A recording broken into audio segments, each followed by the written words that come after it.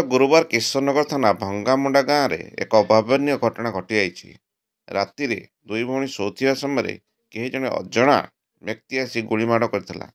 ଗୁଳିମାଡ଼ରେ ଭଉଣୀର ଦେହରେ ଗୁଳି ବାଜିଥିଲା ଏବଂ ଭାଇର ବାମ ପାର୍ଶ୍ୱରେ ଗୁଳି ବାଜିଥିଲା।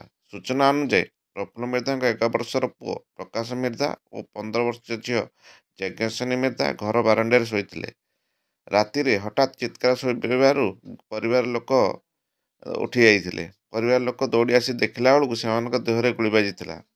ଉଭୟଙ୍କୁ ରକ୍ତ ଜୁଡ଼ୁବୁଡ଼ୁ ଅବସ୍ଥାରେ ପ୍ରଥମେ କିଶୋରନଗର ମେଡ଼ିକାଲରେ ଭର୍ତ୍ତି କରାଯାଇଥିଲା, ପରେ ବୁର୍ଲା ଡାକ୍ତରଖାନାରେ ଭର୍ତ୍ତି କରାଯାଇଥିଲା। ତେବେ ସେଠାରେ ତାଙ୍କର ଅବସ୍ଥା ସଙ୍କଟାପନ୍ନ ଥିବାରୁ ସେମାନଙ୍କୁ କଟକକୁ ସ୍ଥାନାନ୍ତର କରାଯାଇଥିଲା। ଅନ୍ୟପଟେ କିଏ ଏହିଭଳି ଗୁଳିକାଣ୍ଡ ଘଟଣା କରିଛି ତାହା ଏପର୍ଯ୍ୟନ୍ତ ଜଣାପଡ଼ିନାହିଁ ଏବଂ ଗୁଳିକାଣ୍ଡ କେଉଁ କାରଣରୁ ହୋଇଛି ତାହା ବି ଜଣାପଡ଼ିନାହିଁ।